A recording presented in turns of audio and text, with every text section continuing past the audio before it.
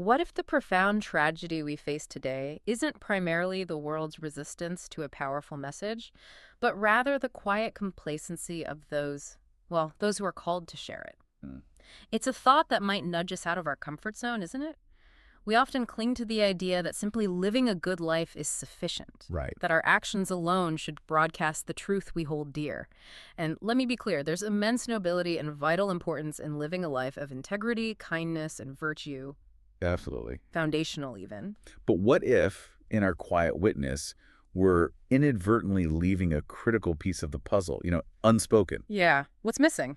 That's precisely what we're exploring today. This deep dive is all about unlocking relational influence for maximum impact. Okay. We're moving beyond just sort of passive presence to a more active, spirit-led proclamation, drawing profound insights from a foundational source, sow boldly, reap eternally. Sounds powerful. Our mission for you, our listener, is to understand how your everyday relationships, those connections you already have, are not just social ties, but fertile ground for truly lasting, profound impact. How your very life can become an intentional platform for truth rather than just a silent echo. Intentional platform. I Yeah. like that. Okay, so let's unpack this idea of the silent witness. It sounds so appealing, so humble, doesn't it? It does. Very noble sounding. The notion that our lives should be the only sermon needed. But the material we're diving into suggests there's a vital component frequently overlooked when we decide to stop there. What's the real cost, of remaining silent even when our lives are exemplary? It's a critical distinction, yeah. Yeah. And what's particularly insightful here is the nuanced understanding the source provides. Yeah. While living a life of integrity is undeniably powerful, it builds credibility, it earns trust, Sure. it's ultimately incomplete without words. The research articulates this beautifully. Presence without proclamation is incomplete. Proclamation without presence is empty. hell? You see, a good life certainly attracts attention. People might admire you, your peace and pressure, your consistent kindness, your uncommon joy. But without explanation, they might completely miss Christ as the ultimate wellspring of those qualities. It leaves the source ambiguous. Right, they see the results, but not the reason. Exactly. Think about it. Our faith isn't just a set of ethical principles. It's a message about a person, a transformative event, and an invitation. If we look at the biblical mandate, the Great Commission isn't merely a call to go and be nice. It's a clear directive to go and make disciples. Explicitly. And critically, Romans 10:14 reminds us, how then will they call on him in whom they have not believed? And how are they to believe in him of whom they have not heard? And how are they to hear without someone preaching? You can't separate the hearing from the speaking. Precisely. A silent life, no matter how admirable, can inadvertently leave the essential message uninterpreted and, frankly, unheard. The cost isn't just a missed opportunity for someone else, but a diminishing of the very message we claim to embody. It's like having the cure for a disease, but only quietly demonstrating good health, rather than explicitly sharing the formula.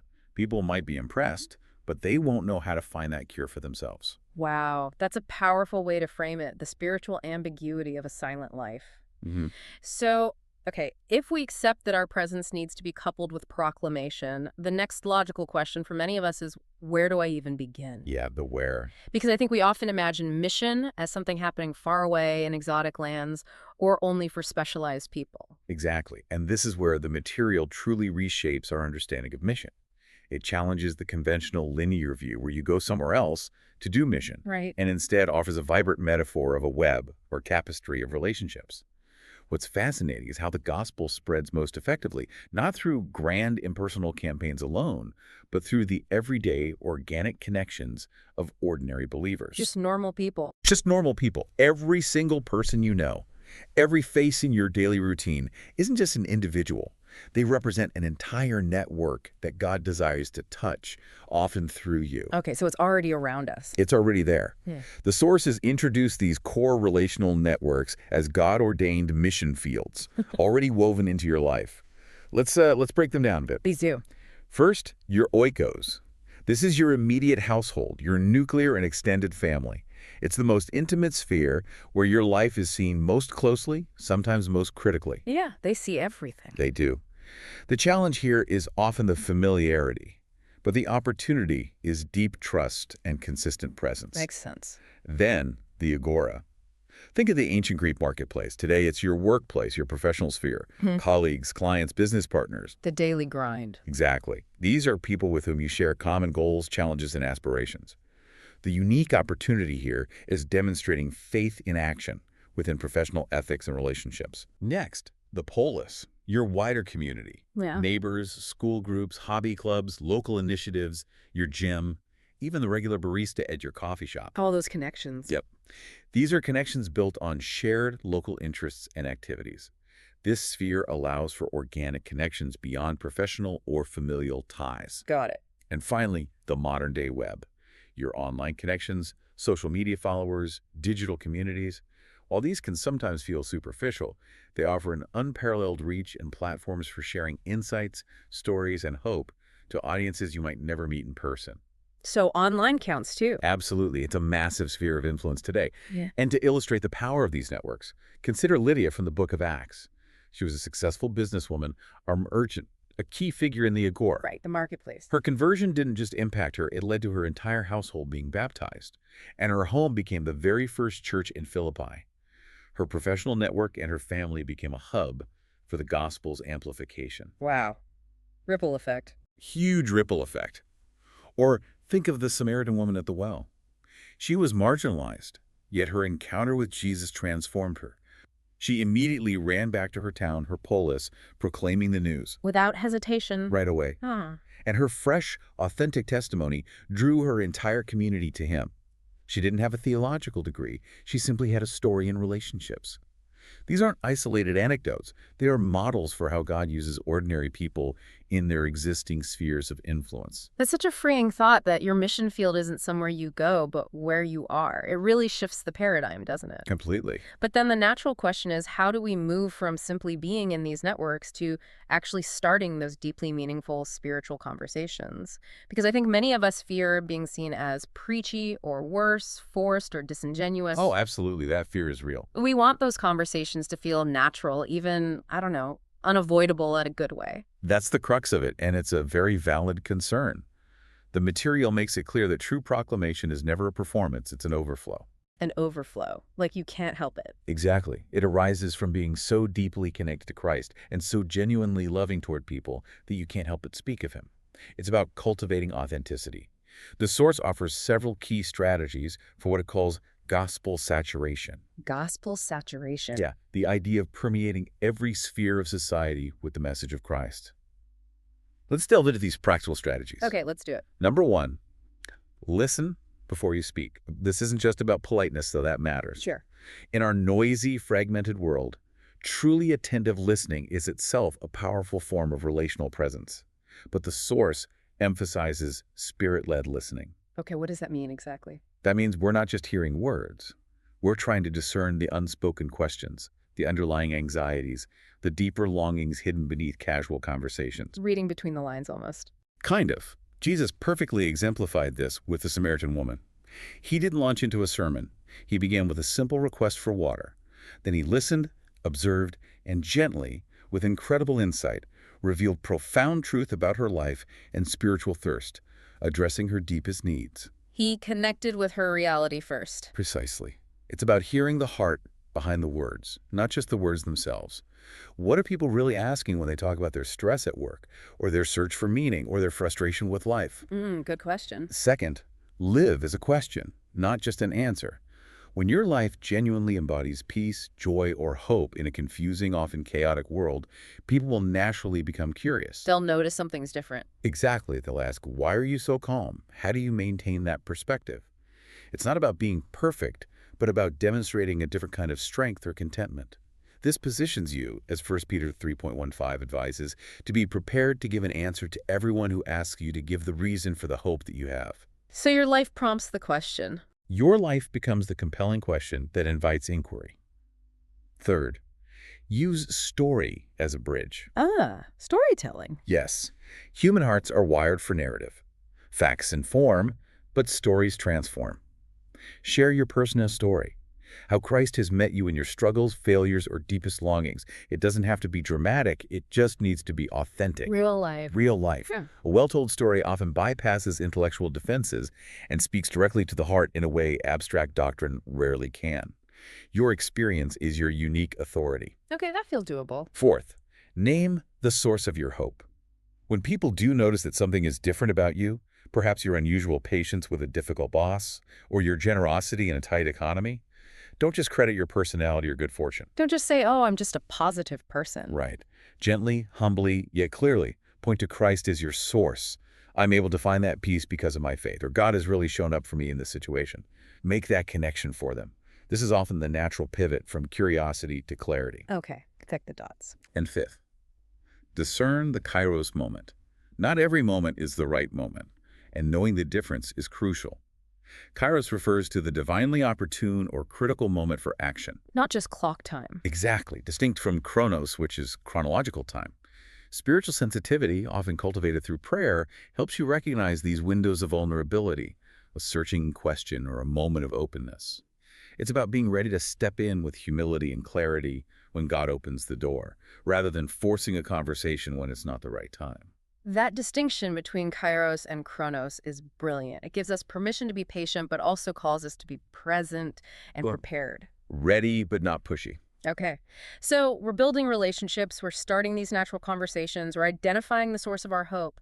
But how do we ensure we're speaking the truth in a way that truly lands with someone, that resonates culturally, without compromising the integrity of the message? It's that delicate dance, isn't it? It is. It's an absolutely crucial point, and it's one that the material addresses head-on with a powerful analogy. Mm. The gospel, the core message, has an unchanging melody.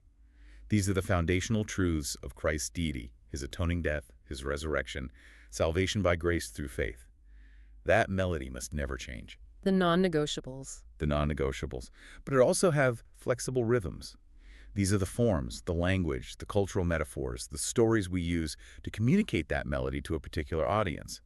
We adapt the rhythm without altering the melody. Melody and rhythm. I like that. Can you give an example? Sure. The quintessential example of this is the Apostle Paul in Acts 17, addressing the Athenians on Mars Hill. Ah, Paul in Athens. Classic. Right.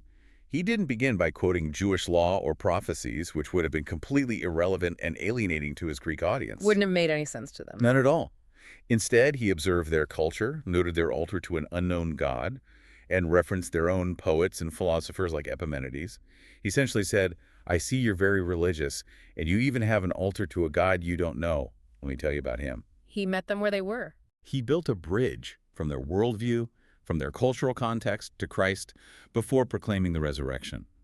He understood their context before inviting them to understand Christ's. Okay, so how does that translate for us today? For us today, practical contextualization means things like using local stories and proverbs to illustrate spiritual truths. It means adapting your vocabulary and metaphors to your audience's context. Like the examples you gave, tech people, artists. Exactly. If you're talking to tech professionals, you might frame God as the ultimate designer, or sin as a corrupted operating system that needs a patch or a reboot. For artists, you might talk about God as the ultimate creator, the divine inspiration. Finding relevant metaphors. Finding relevant metaphors. The goal isn't to remove the offense of the cross. That is, the inherent challenge of the gospel that calls for repentance and surrender. You don't water it down. You don't water it down. But you do remove unnecessary cultural or linguistic obstacles that prevent people from even hearing the message clearly.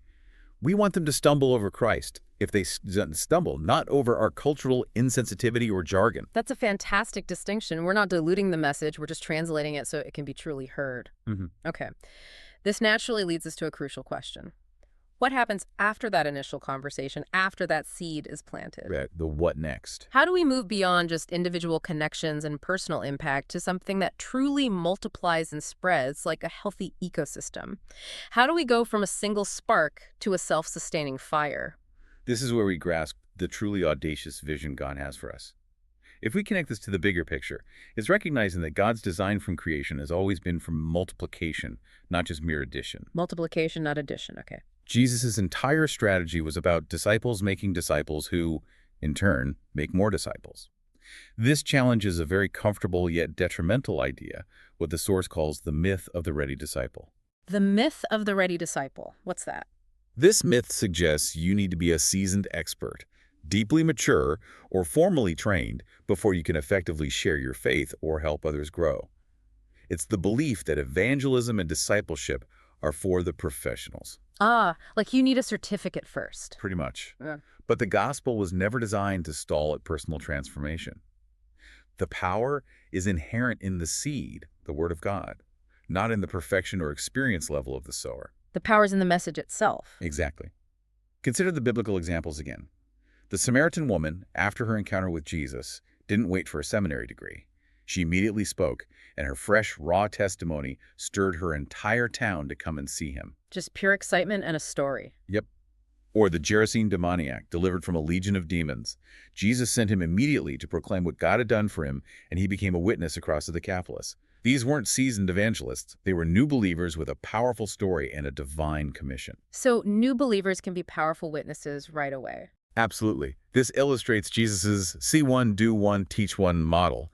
His disciples observed Jesus in action, then he sent them out to practice what they saw and learned, and finally he commissioned them to teach others to do the same. See one, do one, teach one. Simple but profound. It's the engine of exponential multiplication. The practical takeaway for us is profound. Empower new believers immediately. Recognize that every individual you connect with is a potential sower, capable of impacting their own networks with their unique story and experience. Don't wait until they're ready. Don't wait.